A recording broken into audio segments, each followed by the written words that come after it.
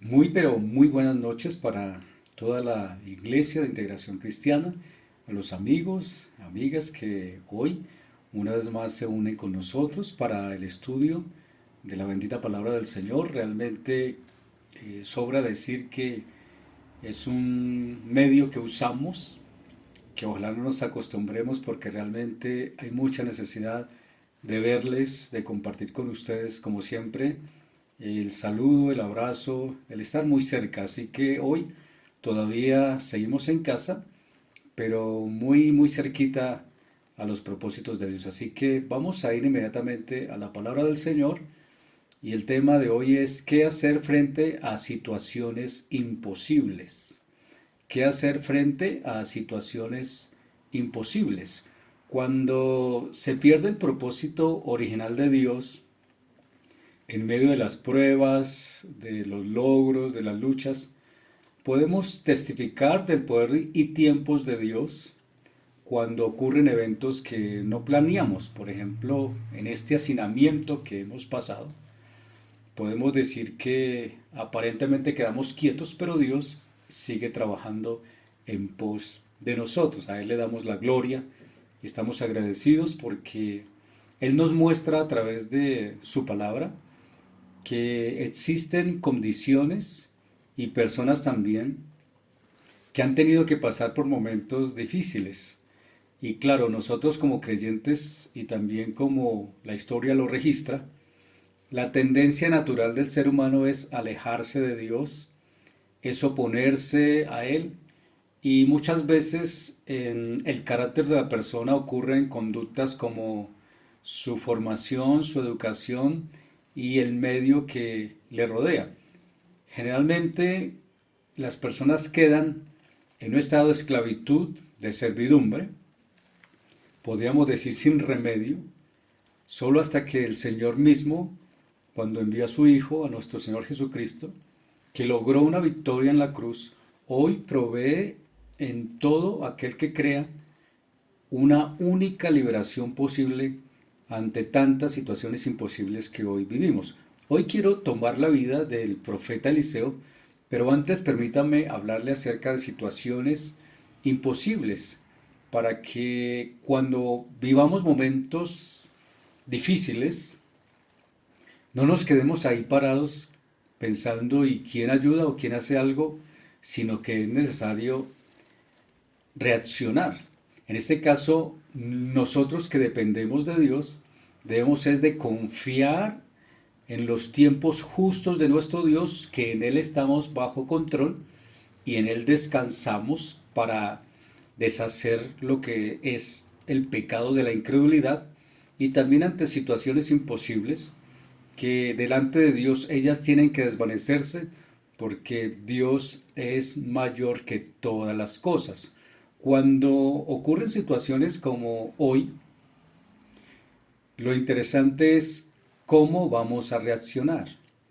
¿Sabía usted que en la palabra del Señor hubo unos momentos del pueblo de Israel cuando estaban saliendo de Egipto a la tierra prometida, pero claro, antes tenían que pasar por un desierto? Hubo tres cosas que los marcaron a ellos y por eso la mayoría, casi todos, quedaron postrados en el desierto. Una de ellas fue que entraron en pánico, es decir, en lugar de creerle al Señor, tuvieron más miedo a Faraón. En Éxodo capítulo 14, el versículo 10 dice, y al acercarse Faraón, los hijos de Israel alzaron los ojos, y aquí los egipcios marchaban tras ellos. Entonces los hijos de Israel tuvieron mucho miedo y clamaron al Señor. Habían clamado al Señor por una liberación. Dios les proveyó esa oportunidad de salir de esta esclavitud. Salieron y se enfrentaron con un peligro, pero ese peligro fue suficiente para que ellos desearan regresar. Por eso en nuestra vida espiritual debemos ser muy, muy cuidadosos porque las noticias y todo lo que a veces aparece, realmente las personas reaccionan es en miedo, es en entrar en pánico y entonces esa coalición del miedo y del pánico hace sencillamente que las personas no sepan para dónde ir. Nosotros no estamos exentos de ello. Al contrario, la pregunta es, ¿qué haríamos si nos estuviera pasando a nosotros? Hay algunos que podrían decir, no, hasta aquí llegué. Otra palabra, y es la culpa. En Éxodo 14:11 dice, y dijeron a Moisés, ¿acaso no había sepulcros en Egipto para que nos sacaras a morir en el desierto? Nosotros hoy somos conscientes de este camino de la muerte. De hecho, a muchos de nosotros nos ha pasado que en este tiempo hay seres queridos que han fallecido. Algunos quizás llegaron muy cerca a ver esta realidad. Y sucede que el pueblo de Israel, cuando habla de sepulcros, recordemos que en Egipto había tendencias de sepultar a estos reyes, a estos faraones mejor, y estos faraones tenían prácticamente idolatría en sus sepulcros, y por ello cuando el pueblo de Israel estaba en Egipto, yo pienso que ellos miraban muchas cosas de oficios y ceremonias que se hacían para enterrar a estas personas, de tal manera que ellos entraron en un estado de culpa. No hay nada más incierto cuando uno está frente a un féretro o a un ser querido que ha fallecido, no es nada fácil. A ellos les entró la culpa, ¿por qué? Porque el Señor les abrió un camino, pero para el pueblo de Israel, sencillamente, en lugar de ser un camino, lo que entraron fue en un estado donde llegaron a ser apretados en su actitud, y cuando digo culpa, comenzaron fue a gritarle a Moisés que ellos tenían miedo, que ellos estaban enojados, comenzaron a hablar mal contra Moisés, y es que esos son los absurdos de la incredulidad, es decir, cuando nosotros no le creemos al Señor. Moisés les dijo a ellos, no tengan miedo. Una de las cosas que pueden silenciar la culpa, el pánico, es cuando tenemos fe y esperanza en Dios. Y el Señor a veces nos dice, quédate quieto y espera las órdenes que Dios nos da, y debemos observar. Por eso es importante nosotros confiar en Dios y trabajar frente a ese propósito. Otra cosa, y yo diría el punto final de ese veredicto de una crisis existencial fuerte, es la desesperación. Cuando estoy terminando estos tres tríos, que es el pánico, la culpa y la desesperación, el día domingo, como a eso de la 1 de la mañana, estaba revisando algunas notas, y hace un año más o menos larguito, hubo una noticia, no sé si usted la escuchó, pero hubo una noticia que me marcó mi corazón y fue muy dolorosa, de una mujer de Ibagué que tomó una decisión frente a su propio desespero de quitarse la vida. Y cuando estaba en ese proceso, ella se hizo prácticamente al lado del puente, que tiene una altura de 100 metros. Y lo terrible de esto es que allí estaba la policía, los bomberos, la psicóloga, hablándole de que no lo hicieran. Lo que estaba pasando es que ella tenía a su hijo de 8 años, y ella decía, es que me echaron de la casa, no tengo trabajo y estoy en un problema del pago de la famosa gota a gota, y ella había tomado esa determinación. Pasaron más o menos media hora y buscando que ella desistiera. Sin embargo, llegó un momento en que ella se fue por el abismo y ella y su hijo perdieron la vida. El versículo 12 de Éxodo 14 dice, ya en Egipto te decíamos, cuando estaba Moisés en Egipto con el pueblo de Israel, y ellos mismos le dijeron, déjenos en paz, preferimos servir a los egipcios mejor que morir en el desierto. Ahí donde yo diría es lo clásico de rendirse. Hay solo dos opciones, morir o ser esclavos. Y no es fácil decirlo en verdad, no es fácil. Yo sé que hay momentos que uno dice, no, yo quiero es morirme, o me tocó quedarme aquí trabajando porque no hay más.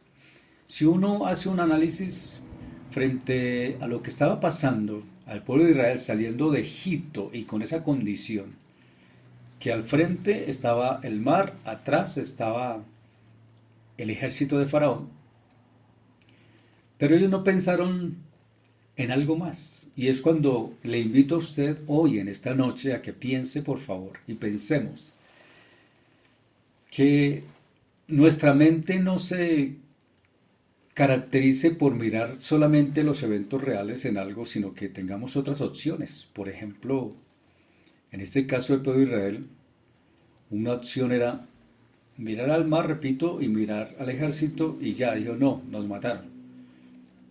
La pregunta es, ¿por qué no miraron hacia arriba? ¿Y por qué no pensaron, bueno, si Dios está con nosotros, Él puede hacer un milagro? El ejército que viene por nosotros, ¿por qué de pronto el Señor no podría abrir el mar? Nosotros pasar y que el ejército se ahogara. Se lo ha podido pensar eso, pero a nadie se le ocurrió. A nadie se le ocurrió en verdad. Por eso cuando hay una actitud alterna entre pánico, culpa y desesperación, recuerde algo. El pueblo de Israel lo tuvo. Clamaron a Dios, pero no fue un grito de ayuda, ayúdenos. No fue un grito de socorro. No fue una petición de ayuda, sino lastimosamente fue lo que salió de su corazón, que fue una petición. Una petición donde ellos mismos, repito, estaban diciendo era, ¿por qué estamos aquí? ¿Para qué nos trajo? Una de las cosas que en la vida espiritual tenemos que aprender si tenemos nuestro mar rojo es aprender a nadar. Hay dos cosas que podemos hacer. O aprendemos a nadar, bien sea abrazadas o a espalda, o hacer una lancha para podernos mover en medio de las aguas. Y yo sé y lo digo con todo temor delante del Señor, es fácil decirlo, pero hacerlo no es nada fácil. Pero la palabra del Señor siempre nos coloca en un patrón donde Él nos dice en el Salmo 46, versículo 10, dice, estad quietos y conoced que yo soy Dios. Siempre en toda situación Dios está involucrado. Hoy en día, por ejemplo, sabemos que esta semana comenzó otra norma. A la iglesia le ponen también normas y no es que sean malas. Lo importante es que nosotros no estamos tan apegados a una norma que va a pasar, sino a saber que Dios está involucrado y que Él nos dice que estemos quietos en la confianza, porque Él puede transformar el pánico, la culpa y la desesperación en confianza. Los israelitas tenían más miedo a Faraón que al Señor. Sabe que siempre Dios prepara caminos para darnos unas pruebas, no para caer, no, es para que superemos ese nivel y para que cortemos dependencias de cosas materiales, aún de lugares y aún de situaciones adversas, para aprender a confiar plenamente en el Señor y podamos no solamente pasar una prueba, sino ser edificados en ellas. El apóstol Santiago lo dijo de mejor de esta forma, hermanos míos, tened por sumo gozo cuando os halléis en diversas pruebas, sabiendo que la prueba de vuestra fe produce paciencia, mas tenga la paciencia su obra completa, para que seáis perfectos y cabales sin que os falte cosa alguna. Dios está al control de los planes. Lo importante es que nosotros no entremos en ese sentido de pánico, porque de lo contrario todo va a desaparecer. Dios está en control y no debemos deshacer la confianza en la culpa, en sentirnos que hay personas que siempre están echándose la culpa de nos está pasando esto porque quizás no hemos sido fieles, o yo debí haber sido cristiano ya hace años atrás y no lo hice, o que yo hice este pacto con el Señor y entonces Dios me está castigando. No, no, no es eso. Quiero entrar al personaje que les dije desde el principio del profeta Eliseo, donde en segundo libro de Reyes, el capítulo 2, Recuerde que yo siempre les dejo a ustedes textos para que ustedes los lean también. Yo hago algunas conexiones en los textos, pero es para que usted lea la historia donde Eliseo apenas comenzaba su ministerio. Elías acababa de ser alzado, dice que en un carro de fuego y de caballos. Y la perspectiva para él fue un rol de imposibles, pero siempre recordemos Dios se mueve a nuestro favor. Algo que el profeta Eliseo comenzó a experimentar dentro de su ministerio fue revelarles al pueblo de Israel la necesidad de que ellos deberían ser intervenidos por el poder de Dios. Una necesidad de siempre y para siempre en todos está de esa revelación divina cuando necesitamos ser limpiados. Y cuando yo digo necesitamos ser limpiados es porque algo en nosotros está que no está bien y hay que arreglarlo. No sé, en la vida suya que esté pasando, en alguna situación adversa donde hayan imposibles, pero ahí es donde la mano de Dios puede entrar cuando le creemos y cuando estamos dispuestos a decirle, Señor, mi vida está en tus manos.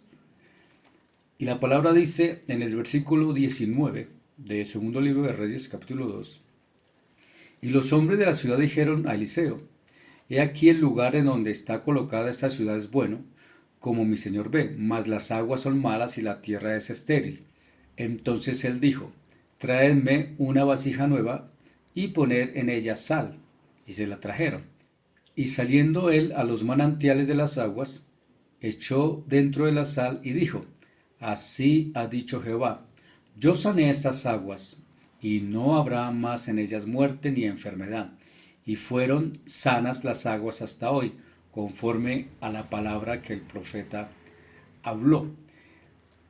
Palabras del Señor es que cuando ocurren situaciones afuera, también habrá que revisar lo que hay en el corazón de nosotros, porque a veces nosotros anhelamos cosas o pedimos cosas al Señor, pero también tenemos que mirar cómo está nuestro corazón.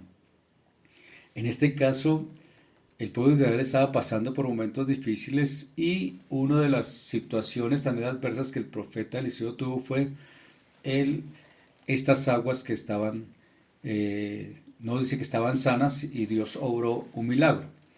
Cuando hablamos de las historias de este pozo, donde se dice que fueron y son aguas saludables, era un pozo muy cerca a la ciudad de Jericó. Quiero recordarles que el milagro no es la sal.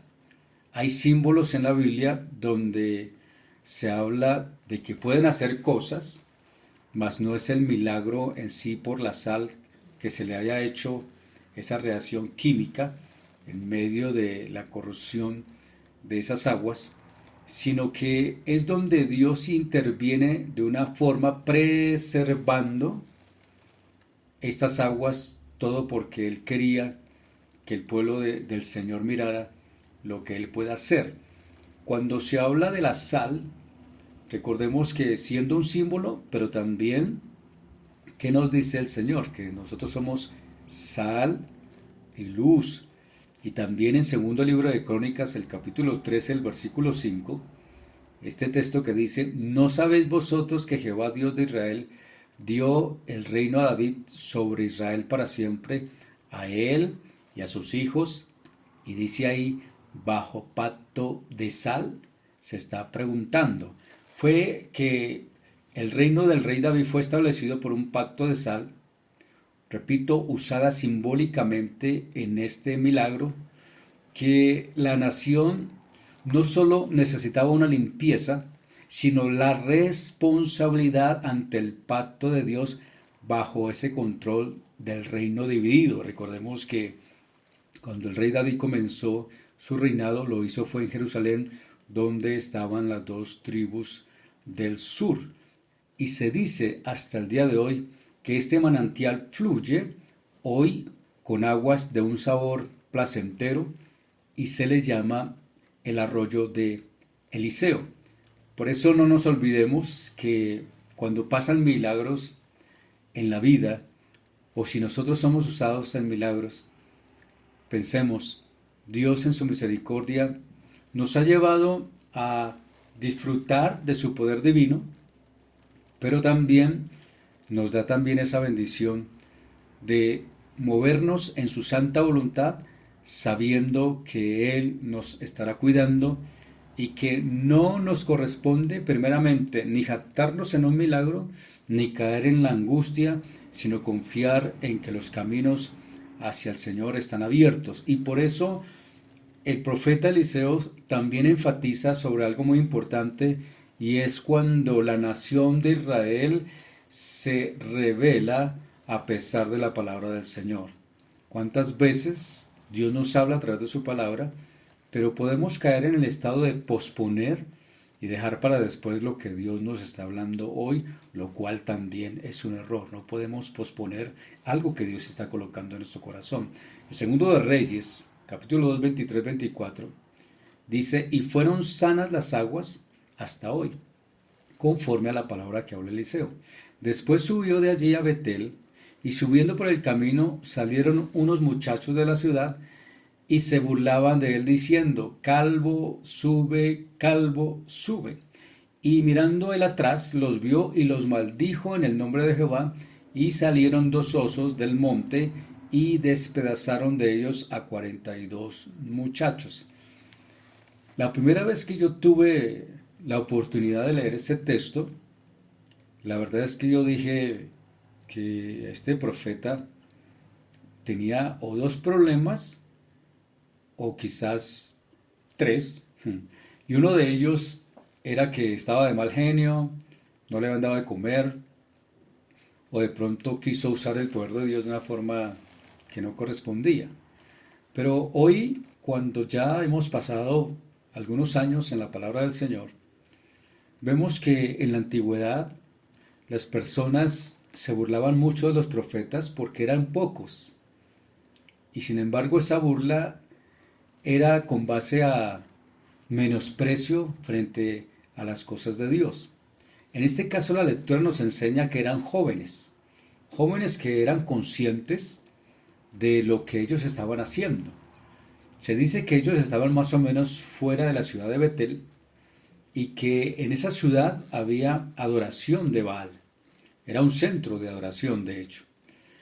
Estos jóvenes eran responsables, pero ¿qué estaban haciendo? Estaban insultando el oficio del profeta y también el perfil de su ministerio. Cuando dice sube, calvo, sube, es porque quizás ellos fueron testigos de lo que le pasó a Elías. Elías, la Biblia dice que fue alzado en unos carros de fuego y caballos de fuego, dice la palabra del Señor. Él desapareció. Es posible que eso se regó en el pueblo y los muchachos lo escucharon. Entonces, cuando vieron al profeta y sabiendo que él sucedió a Elías, pues no tenía nada que hacer. ¿Cuántos iban? 42. Se dice que es posible que ellos, cuando estaban diciendo esa frase, sube calvo, estaban también buscando la forma de quizás lincharlo, matarlo, porque había, repito, menosprecio, y los profetas en sí también eran muy escasos en ese tiempo, sin embargo, temerosos del Señor. La palabra dice que dos osos los despedazaron. No dice que los mataron, pero eran osos. ¿Qué estaban haciendo ellos? Burlándose. También viene otra ocasión del profeta Eliseo, en el capítulo 4 del segundo libro de Reyes, donde se habla de la viuda de un profeta que le cuenta su situación. Aquí en este caso, como siervos del Señor, a nosotros nos llaman, nos dan noticias, y son noticias difíciles. Hemos sabido de noticias duras, de fallecimientos. Nos piden oración, oramos, rogamos al Señor. Personas que de pronto han estado enfermas y también oramos, y gracias al Señor que Él se glorifica, para Él es la gloria. Y vemos cómo Dios nos ha llevado adelante en la vida espiritual. En la cita bíblica dice: una mujer de las mujeres de los hijos de los profetas clamó a Eliseo diciendo: tu siervo, mi marido, ha muerto, y tú sabes que tu siervo era temeroso de Jehová, y ha venido el acreedor para tomarse 2 hijos míos por siervos. Y Eliseo le dijo: ¿qué te haré yo? Esta frase, ¿qué te haré yo? Muchas veces estamos frente a situaciones donde a veces no tenemos respuestas, donde de pronto no sabemos qué hacer, pero Dios nos ha dado herramientas, como les dije al principio: no caer en pánico, no caer en culpa, no caer en angustia o desesperación, sino confiar en Dios. Él todavía hace milagros. El profeta le dijo: ¿qué te haré yo? Declárame qué tienes en casa. Y ella dijo: tu sierva ninguna cosa tiene en casa sino una vasija de aceite. Esta mujer era viuda de los profetas y se hallaba en una circunstancia de verdad deplorable. Sus 2 hijos ya estaban por ser vendidos a la esclavitud, y es donde Eliseo interviene. Yo quisiera que hoy se pudiera imaginar que en ese entonces no había dinero. Hoy hay dinero, pero lo quieren desaparecer y entregarle tarjeticas o celular. Bueno, ustedes saben lo que está pasando. Y en la antigüedad no había dinero. Generalmente la gente se endeudaba y tenían que pagar. Se dice que los profetas se ayudaban mutuamente. Los hermanos también se ayudaban mutuamente. Y los profetas operaban de un lado a un lado trabajando, pero quien no podía pagar tenía que trabajar por 7 años. De tal manera que esta mujer, sencillamente el acreedor ya no sé si estaría ya frente a la puerta para llevarse a los 2 hijos. Los profetas vivían de una forma humilde. Ellos vivían de una tarea de llevar la palabra del Señor, de tal manera que no tenían muchos recursos y tras de ello eran ignorados. Sin embargo, Eliseo llegó a donde esta mujer y comenzó a ofrecer quizás un momento de alternativo, de ayuda. Sus hijos, repito, estaban en peligro, y Eliseo le dijo: hay cosas que se pueden hacer cuando creemos en el Señor, y hay cosas difíciles muchas veces cuando se entra en desespero, cuando se entra en vergüenza, cuando se entra en situaciones como estas, pero sin embargo no podemos caer en el consejo de aquellos que estaban aconsejando a Job, cuando las respuestas quizás eran, en lugar de ser claras, eran más oscuras. En el Salmo 46:1 dice: Dios es nuestro amparo y fortaleza, nuestro pronto auxilio en las tribulaciones. No dice antes de las tribulaciones. Por favor, pensemos hoy que Dios es nuestro amparo y fortaleza en las tribulaciones. La escena dice que el acreedor literalmente estaba casi en la puerta, pero sin embargo Eliseo tiene una respuesta de Dios para ella. En el versículo 2 dice: y Eliseo le dijo: ¿qué te haré yo? Declárame qué tienes en casa. Y ella dijo: tu sierva ninguna cosa tiene en casa sino una vasija de aceite. Pensemos, mis amados, hay momentos que no tenemos nada. Tanto usted como yo hemos vivido momentos muy duros, muy difíciles, una enfermedad quizás que no se puede hacer nada, pero Dios colocó su mano. Una falta de recursos económicos y Dios coloca su mano. Un anhelo por un trabajo, una petición, y Dios se glorifica. Por eso el profeta dijo: ¿qué te haré? Hoy, mis amados, a través de estos medios, aunque estamos distantes, repito, pero podemos pensar: Dios está con nosotros. Y puede que en casa hoy no haya nada, pero sí podemos tener algunas aplicaciones. Nosotros podemos ser triunfantes en el Señor siempre y cuando confiemos en Él. No hay otra expectativa, siempre y cuando confiemos en Él. Segunda, los que estamos dispuestos a confiar en el Señor debemos permitir que Él se revele en nuestro corazón. Y cuando hablo de revelarse es cuando Él nos muestra esa bendición de ayudarnos cuando nos declaramos casi en bancarrota en todas las áreas, pero que Él está allí para ayudarnos.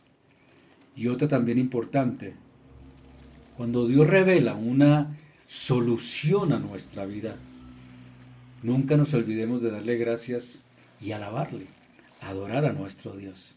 Las pruebas son para traernos confianza en el Señor y para que nosotros podamos reaccionar de una forma en adoración. La fe en todo tiempo nos va a ser probada ante toda oscuridad. Hay personas que en un momento dado, no sé si le ha pasado, que se tira ya en la cama y de pronto dice, no, yo no sé qué hacer. Personas que están sufriendo el encierro de una forma impresionante frente a esta adversidad y no saben qué hacer. Pero Dios es bendito porque yo sé que si hoy preguntáramos testimonios, muchos y muchas nos podrían decir, gracias a Dios el tiempo ha pasado rápido, hemos visto la mano del Señor y hemos visto cómo hemos pasado esta cuarentena, este hacinamiento, pero confiados en el Señor. Quiero regalarles una cita en Romanos 15:4, es una palabra de bendición para todos que dice, porque las cosas que se escribieron antes, para nuestra enseñanza se escribieron, a fin de que por la paciencia y la consolación de las Escrituras tengamos esperanza. Este va a ser una enseñanza luego sobre este pasaje tan especial. ¿Por qué? Porque Dios nos enseña, porque Dios es vivo, porque Dios es real. Dios no es una historia pasajera. Dios son principios de fe que a través de nuestra vida, como lo hizo con el pueblo de Israel, les enseñó situaciones, pero era necesario varias cosas. Una de ellas, limpieza espiritual, no rebelarse delante del Señor, y que también, aunque hayan extremas necesidades, aprender a confiar en el Señor. Y otra historia también que le estaba ocurriendo en seguidillas al profeta Eliseo, una de ellas en 2 de Reyes 4, a partir del versículo 8 y 10 lo vamos a leer, pero es cuando se revela una situación de desnudez y muerte y casi como decir un deseo inconcluso, algo que no se ha terminado. Permítame explicarlo con el texto de la palabra del Señor. Dice, aconteció también que un día pasaba Eliseo por Sunem y había allí una mujer importante. Esta palabra cuando dice importante es porque era una persona que tenía recursos económicos, que le invitaba insistentemente a que comiese y cuando él pasaba por allí venía a la casa de ella a comer. Y ella dijo a su marido, he aquí ahora yo entiendo que éste siempre pasa por nuestra casa, es varón santo de Dios, dice la palabra del Señor. Sunem, una ciudad, un lugar donde había una mujer importante y Eliseo fue invitado a comer. De hecho, con el tiempo, se dice también que no solo a él le daban la bienvenida, porque Eliseo se la pasaba en el desierto prácticamente escondido. Y dice que estos esposos construyeron una habitación, eh, también alistaron una cama, una mesa, lo que es típico de una hospitalidad oriental. En el versículo 10 dice, yo te ruego que hagamos un pequeño aposento de paredes y pongamos allí cama, mesa, silla y candelero, para que cuando Él viniere a nosotros se quede en Él. Aquí hay algo que me llama la atención y es las cosas básicas de la casa. Aquí no fue que la Biblia rellenó algo que no tenía nada que hacer. No, es que la mesa, yo estoy aquí en una silla, la mesa, la cama. Son recursos básicos. Y repito, Eliseo cuando iba a comer, pues luego él se iba. Sin embargo, luego la Biblia nombra estas cosas porque son las cosas que tratamos al final de un trabajo. Cuando uno descansa, le da gracias a Dios. Cuando uno se sienta alrededor de una mesa a comer y que hay provisión, gracias a Dios. Quisiera llamarle la atención en algo muy importante. No se distraiga en las noticias y en esos bombardeos de situaciones tan extremas, sino que podamos mirar las cosas básicas de la vida donde podemos disfrutar las cosas. Es decir, que cuando salgamos de este hacinamiento, saquemos más provecho primero de quitar de nuestro corazón actitudes que no corresponden y asumir acciones mejor de otra mejor calidad de vida espiritual. Es decir, ser más espontáneo, ser más dado a las cosas del Señor y ¿por qué no decirlo? En un momento dado más abiertos a esa bendición de darle gracias a Dios por los hermanos y hermanas y no entrar en estados de ataque o de prejuicios o de cuestionamientos que realmente no es necesario, sino que entremos a disfrutar de la compañía de los hermanos justo como esta pareja lo hacía porque veían que este hombre pasaba y decidieron hacer un cuarto para que gustosamente Eliseo se hospedara. Y fueron, diría yo, momentos especiales porque no hay nada más bonito de llegar a un lugar y tener una cama para descansar y recibir la recompensa, digo yo, de un trabajo, en este caso de esta pareja para este siervo. Dice la palabra que ordenó Eliseo a través de Giesi que llamara a esta mujer. Entonces Eliseo le prometió que el año que viniera para esta fecha estaría abrazando un hijo. Y ella dijo: no, mi señor, hombre de Dios, exclamó ella, no engañe usted a su servidora. Cuando dice abrazarás a un hijo, prácticamente esta mujer pensó, estaban bromeando, porque ella tenía sus dificultades para quedar embarazada. Sin embargo, el profeta lo que dijo fue que ella iba a concebir un hijo. Por eso el versículo 17 dice: mas la mujer concibió y dio a luz un hijo al año siguiente, en el tiempo que Eliseo le había dicho. Si se da cuenta de ello, hay regocijo en tiempos de bendición cuando uno se dispone delante de la palabra del Señor, tal como la palabra lo dice, en tiempos de angustia. En el versículo 18 al 20 dice: y el niño creció, pero aconteció un día que vino a su padre que estaba con los segadores, y dijo a su padre: ay, mi cabeza, mi cabeza. Y el padre dijo a un criado: llévalo a su madre. Y habiéndole él tomado y traído a su madre, estuvo sentado en sus rodillas hasta el mediodía, y el niño murió. Parece que sufrió extremo calor, sin embargo, estaba otra vez allí la muerte. Y recordemos, no hay nada más difícil que ver el rostro de la muerte. Por eso esta mujer, cuando se acerca otra vez al profeta, en el versículo 35 al 37 dice: volviéndose luego se paseó por la casa a una y otra parte, y después subió y se tendió sobre él nuevamente, y el niño estornudó 7 veces y abrió sus ojos. Entonces llamó él a Giesi y le dijo: llama a esta tsunamita. Y él la llamó, y entrando ella le dijo: toma tu hijo. Y así que ella entró, se echó a sus pies y se inclinó a tierra, y después tomó a su hijo y salió. Antes de este milagro tan especial, porque es un milagro especial, recordemos que en este momento que estamos viviendo hay muchas cosas que están pasando. Se hablan de meteoros, de señales, de fechas y todo eso, de presagios. Pero aquí lo que tenemos que creerle es que nuestro Señor también, en Él hemos creído. Y vendrán situaciones, sí, claro que sí. Habrán situaciones reveladas, claro que sí. Pero hoy depende también de nosotros de saber que somos hijos e hijas del Señor y que aunque ocurran situaciones como le pasó a esta mujer, pero hubo un milagro al final.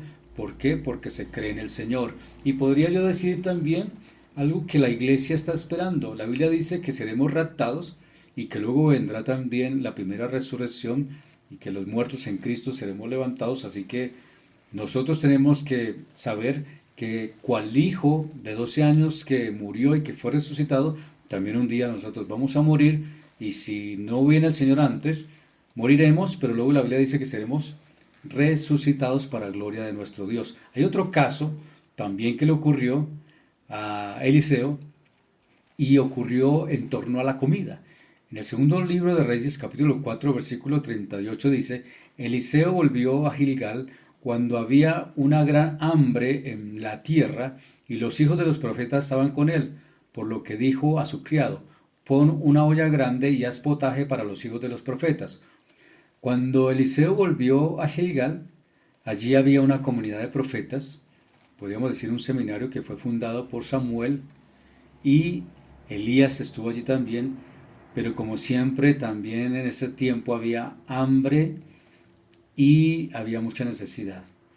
Cuando hay a veces agua y se pone a hervir el agüita y solamente hay sal, pues habrá que hacer algo.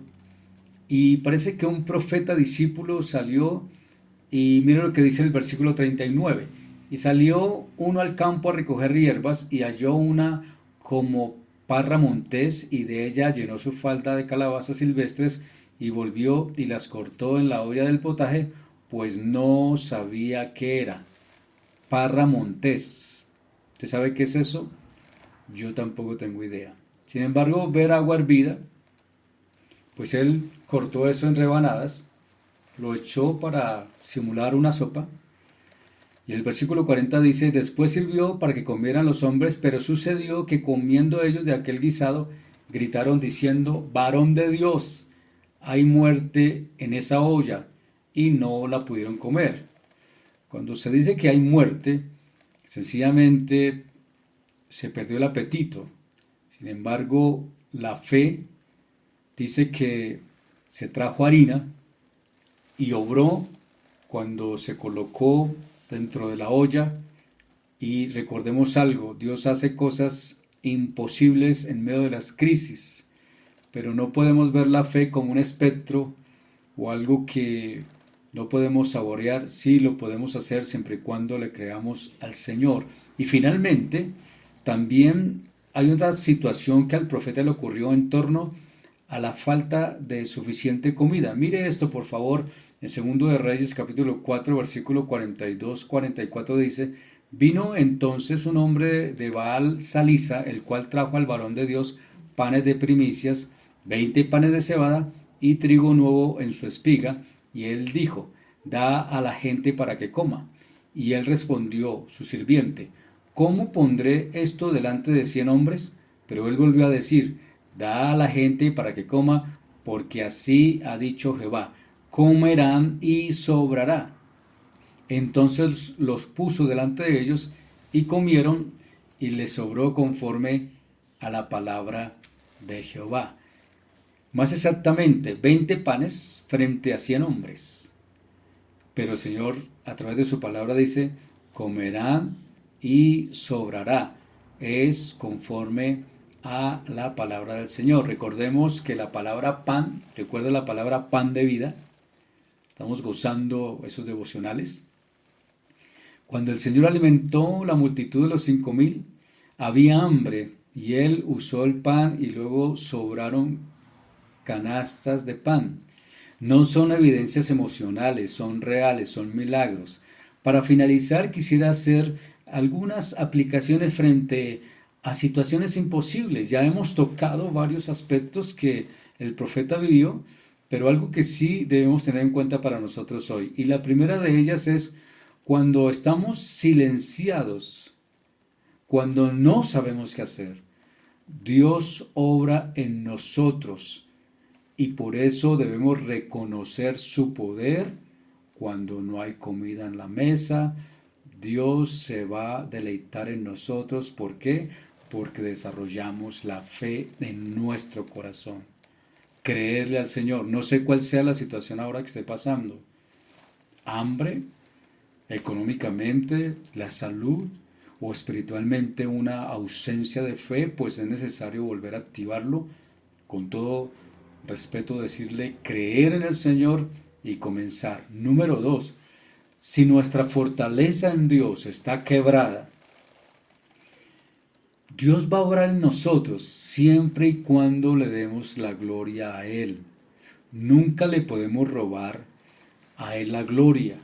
Nunca podemos decir, no, es que yo soy muy hábil o yo voy por encima de mis problemas, de las circunstancias, de esto que está pasando. No, siempre recordemos, démosle la gloria a Dios. Por eso yo le doy la gloria a Dios por darme este privilegio de llegar a cada una de sus casas, porque cuando usted comienza a ver la palabra del Señor, algo nuevo Dios nos va a regalar. Por eso recuerde, si su fortaleza está quebrada, dele la gloria a Dios y dígale, Señor, mi vida está en tus manos, la gloria es para ti. Número 3. Las soluciones de Dios para nuestras vidas en todo tiempo van a ser temporales, pero ellas nos van a dejar unas enseñanzas para toda la vida. No se lo olvide. Siempre, siempre. ¿Cuántas veces quizás les digo con todo mi corazón? Pasan momentos difíciles, difíciles de verdad. Pero hoy lo recuerdo y le digo gracias, Señor, porque me sacaste de esta situación. Gracias porque ya no vivo como vivía antes. Gracias, Señor. Gracias porque ya no sufro como sufrí antes. ¿Y qué fue lo que pasó antes? Quizás no había para comer, no había de pronto un salario para pagar un arriendo, pero ahora por misericordia de Dios las cosas han cambiado. ¿Por qué? Porque Dios nos da soluciones temporales, pero nos enseñan para toda la vida. Lo importante es nunca olvidarnos de dónde Dios nos sacó. Que quizás si sufrimos hambre, sí, presente aquí estoy. Yo también sufrí hambre, pero hoy le damos gracias a Dios porque eso se acabó. Quizás habrán funerales, sí. Lloraremos, sí. Vendrán nuestras crisis, sí. Pero que nuestra fe no sea para abajo, sino nuestra fe sea para arriba. Es decir, en medio de lo que esté pasando, puesto los ojos en Jesús, el autor y consumador de la fe. Vamos a hacer una corta oración y vamos a dejar hasta aquí la palabra del Señor.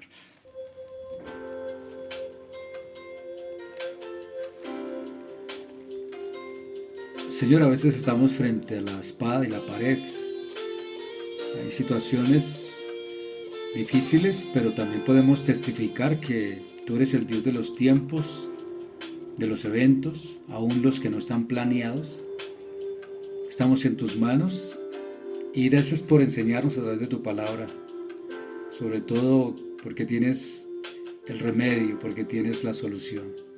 Enséñanos a no caer en pánico, no caer en culpa, no caer en una situación de incredulidad, sino que podamos a tiempo reaccionar, que podamos a tiempo echar fuera toda incredulidad y no aceptamos palabras de veredictos finales, de sentirnos esclavos o morir. No, declaramos, Señor, que somos tus hijos y que no le tenemos miedo a las circunstancias, sino que tenemos plena confianza en ti.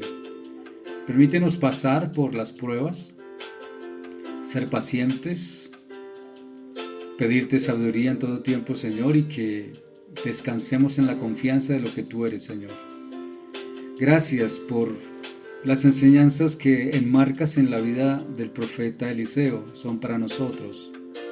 Yo las recibo, Señor, y también pido que tu iglesia las reciba, Señor, para que seamos libres y para que miremos no las circunstancias o los problemas, sino que miremos hacia arriba, hacia nuestro Señor Jesucristo y hacia creer que la fortaleza de tu Santo Espíritu será sobre nuestras vidas, Señor. Quizás hoy, más que nunca, el mundo se podrá reír de nosotros o burlarse, pero estamos bajo tu control. Y puede, Señor, que, como tu palabra lo dice, muchos son los llamados, pero guárdanos, Señor, de ser tus hijos que aunque estemos pasando por momentos imposibles, no caer en desesperación, sino desarrollar la confianza en ti. Revélanos, Señor, tu palabra, danos entendimiento y enséñanos a confiar en ti, en los milagros que haces cada día, Señor. Gracias por las situaciones imposibles. Gracias, Señor, por los milagros que vemos cada día. Gracias por tu palabra confirmada en nuestro corazón y enséñanos a aplicar constantemente, Señor, esa confianza que para ti es la gloria, y no seremos quebrados en nuestra fe, sino que seremos levantados en tu nombre, Señor. Gracias por las experiencias pasadas, las de hoy y también las que vendrán, porque ellas son enseñanzas para toda la vida. Padre, te honramos en esta noche, te damos la gloria y oramos para cada hogar de la Iglesia de Integración Cristiana, Señor. Que seas tú también fortaleciendo, llenando de paciencia y de paz cada corazón. Gracias por hacerlo, Señor. Descansamos en ti hoy, confiados, seguros que estamos en mejores manos. Gracias, Padre. Gracias, Hijo. Gracias, Espíritu Santo de Dios, por darnos hasta hoy esa luz en medio de la oscuridad, en medio de tantas situaciones adversas. Tú eres nuestro Maestro, tú eres nuestro alfarero, tú eres, Señor, la fortaleza de nuestra vida, y por tanto a ti clamamos y a ti adoramos, a ti exaltamos. No hay nadie como nuestro Dios, justo, poderoso, maravilloso, y eres exaltado en todas las naciones de la tierra. Aquí estamos, Señor, y levantamos nuestra voz delante de ti, sin importar, Dios mío, qué vendrá, porque sabemos que en todo tú darás alternativas y nos mostrarás la senda, el camino a seguir, Señor. Gracias te damos, Señor, y descansamos sencillamente nuestro corazón, nuestra mente, nuestra alma en ti. Gracias, amado Señor. Amén y amén.